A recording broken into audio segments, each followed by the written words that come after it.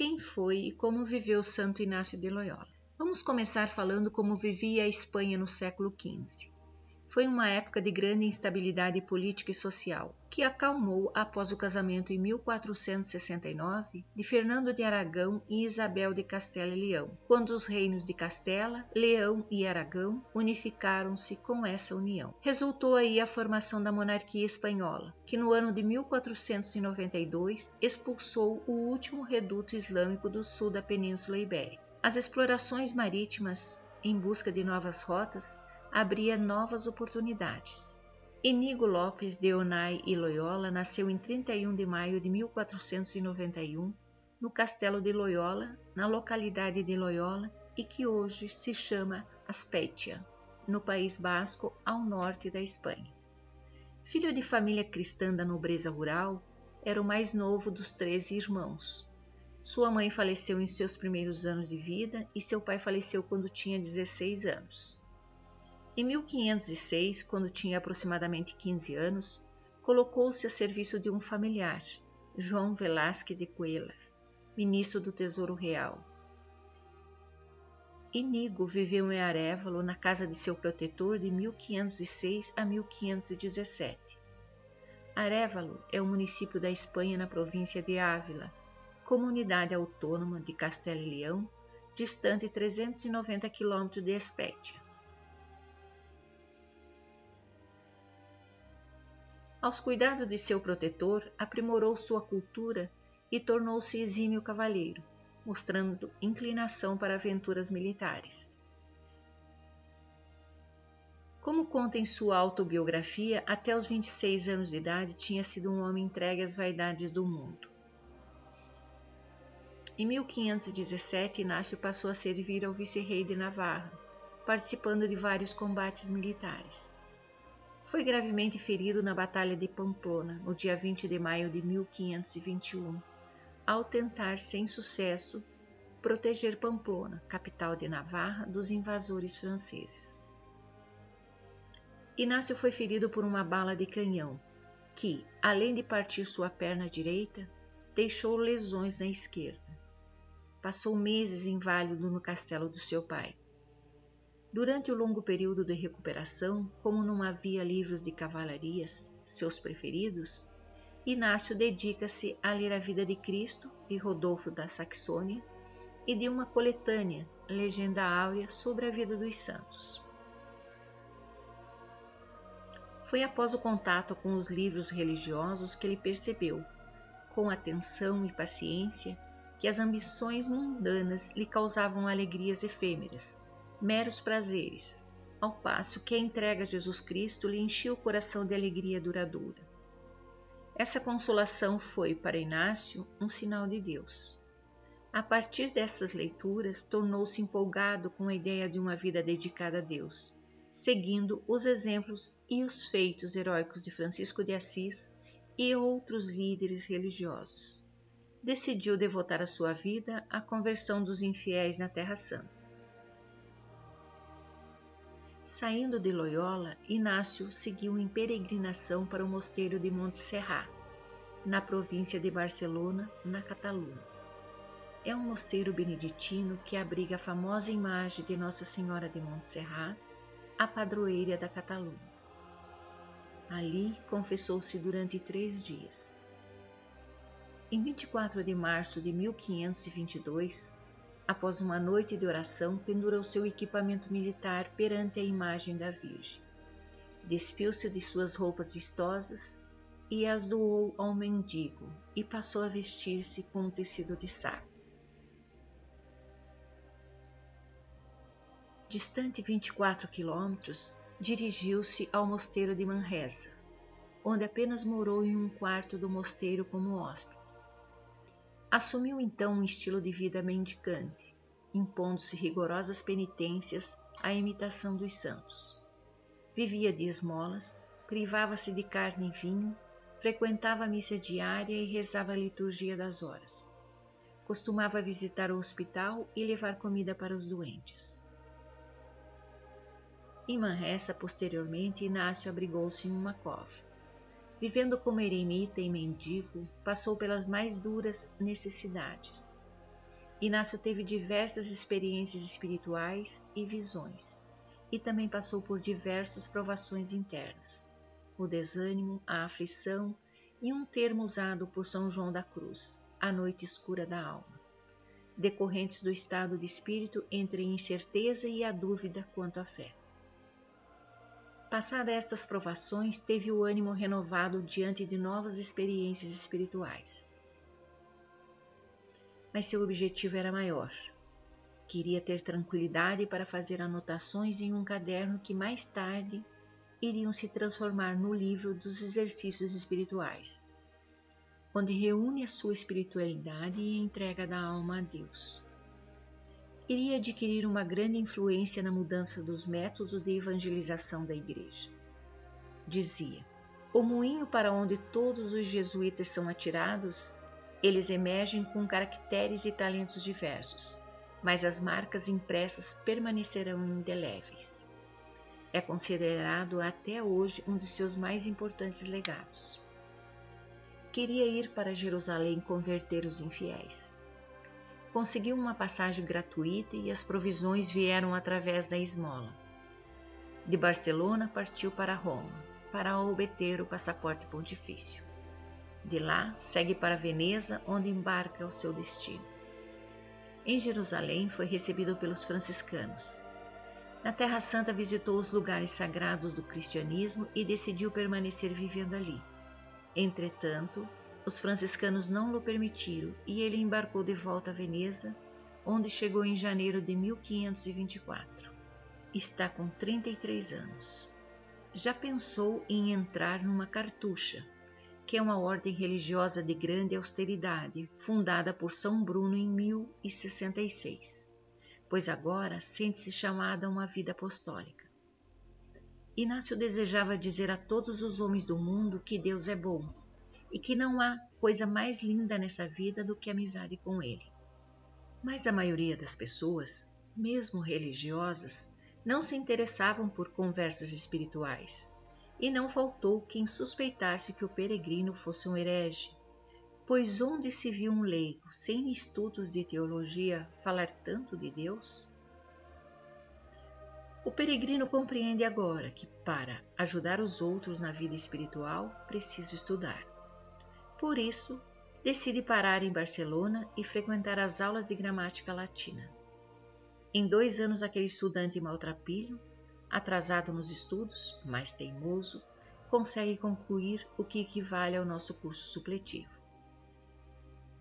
Orientando outras pessoas na experiência do retiro espiritual, o peregrino conquista para a vida apostólica 4 jovens: Calixto, João e Lopo, em Barcelona, e em Alcalá, um rapaz francês a quem chamam Joãozinho. Em Alcalá de Henares, Inácio orienta muitas pessoas nos caminhos de Deus, especialmente por meio dos exercícios espirituais. O sucesso é tal que desperta suspeita nas autoridades religiosas daquela época conturbada, por heresias e fanatismos religiosos.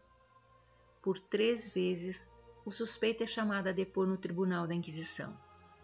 Os papéis onde estão escritos os exercícios são examinados, e Inácio é jogado no cárcere na Semana Santa de 1527. Na cadeia, não deixa de falar de Deus, nem quer recorrer a um advogado. Aquele por quem, cujo amor entrei aqui, me tirará se for servido. Finalmente é absolvido.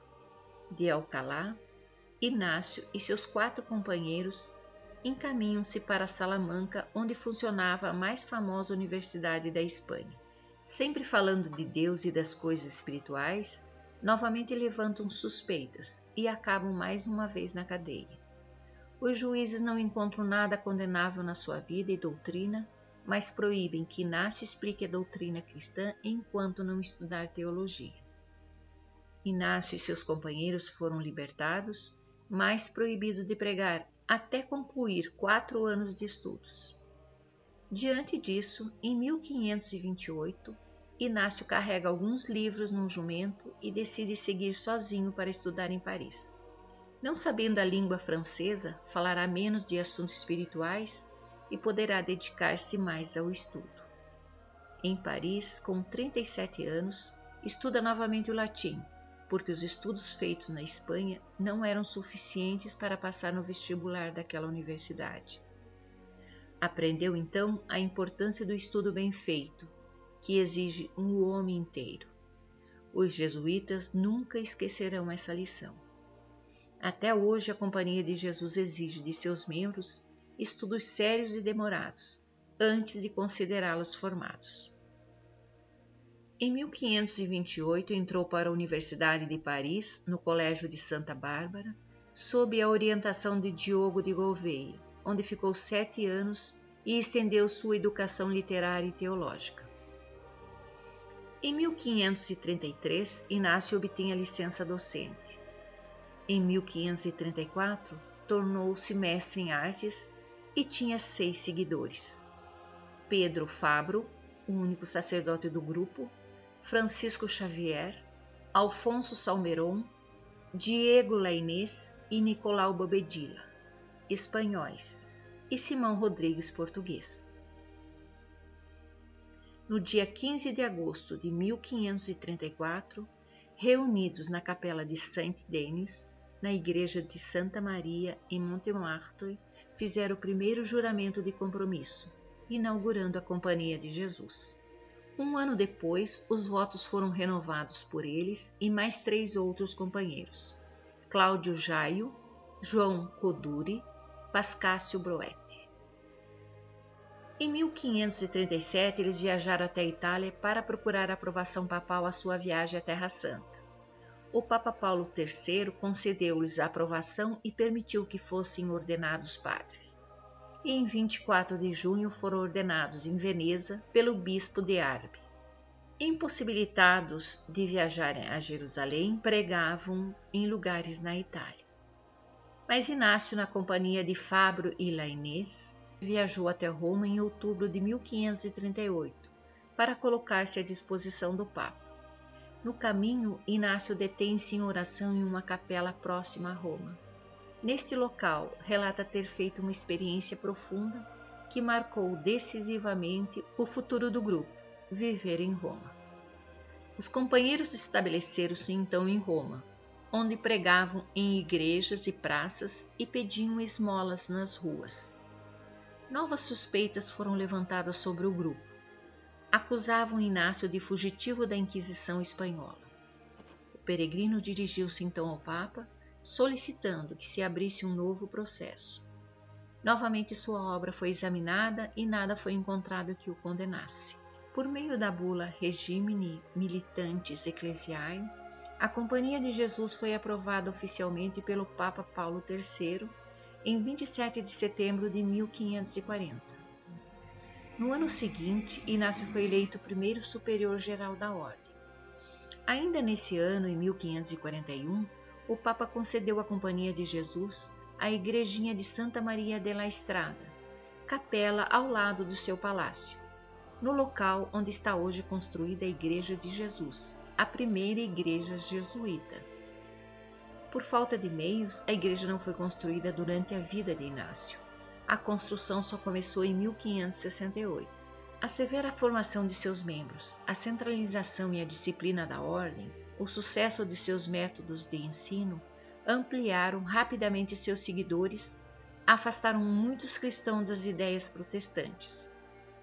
O Papa Paulo III, diante de um mundo em expansão, necessitava de missionários para terras longínquas, como as Américas e o Oriente. Contava com os jesuítas para essa tarefa. Além disso, novos companheiros queriam aderir ao grupo.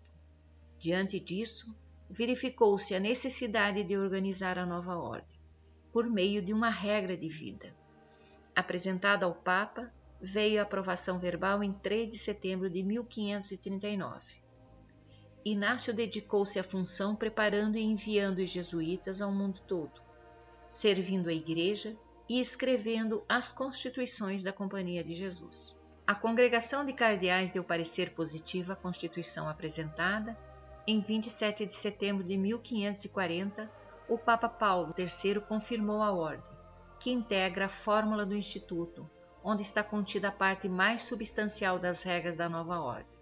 o número de seus membros foi limitado a 60, mas tal limitação foi posteriormente excluída em 14 de março de 1543. Em Roma, seu apostolado respondia às necessidades que eram impostas pela realidade vivida. Dedicava-se à catequese de crianças, fundou a Casa de Santa Marta para acolher prostitutas e outra instituição para acolher mulheres pobres. Dava assistência aos órfãos e trabalhava pela conversão dos judeus em Roma. Em 1548 foram impressos os exercícios espirituais. Em 1551 criou o Colégio Romano, que viria a ser a atual Pontifícia Universidade Gregoriana, de ensino gratuito, que, adotando o sistema parisiense, renovou o ensino na Itália. Como o Papa Paulo IV era desfavorável a Inácio, a obra passou por dificuldades financeiras. Para manter o colégio, a própria ordem teve que passar por muitas privações econômicas, até que fosse mantida pelo Papa Gregório XIII, 25 anos após a morte do fundador. Daí o nome Universidade Gregoriana. A companhia nascente passou por diversas adversidades. Não possuía nenhuma fonte de renda fixa e era mantida por doações. Além disso, o novo estilo de vida da ordem despertava suspeitas a ponto de a Universidade de Paris decretá-la perigosa para a fé. Inácio manteve-se firme diante de todas essas adversidades e trabalhou intensamente na constituição do grupo. Inácio escreveu as Constituições Jesuítas em 1554. Criaram uma organização hierarquicamente rígida, enfatizando a absoluta autoabnegação e a obediência ao Papa e aos superiores hierárquicos. Disciplinado como um cadáver, nas palavras de Inácio. Seu grande princípio tornou-se o lema dos jesuítas, pela maior glória de Deus. Entre 1553 e 1555, Inácio ditou sua experiência espiritual ao padre Gonçalves da Câmara, considerado pelo padre Nadal o seu testamento espiritual. Esse texto originou a chamada autobiografia, que após a morte do peregrino teve algumas cópias manuscritas e uma tradução para o latim. Entretanto, Francisco de Borja, o terceiro provincial jesuíta, encarregou outro padre de escrever uma biografia oficial de Inácio e proibiu a leitura e divulgação do texto autobiográfico por considerá-lo perigoso. Somente em 1929 esse texto foi resgatado e publicado em várias línguas. Em 31 de julho de 1556, muito debilitado, Inácio morre em Roma. Nesta data, os jesuítas eram aproximadamente 1000, espalhados em 110 casas e 13 províncias. Eram 35 colégios em funcionamento e mais 5 aprovados. Sua canonização aconteceu em 12 de março de 1622 pelo Papa Gregório XV. Comemoramos Santo Inácio de Loyola no dia 31 de julho.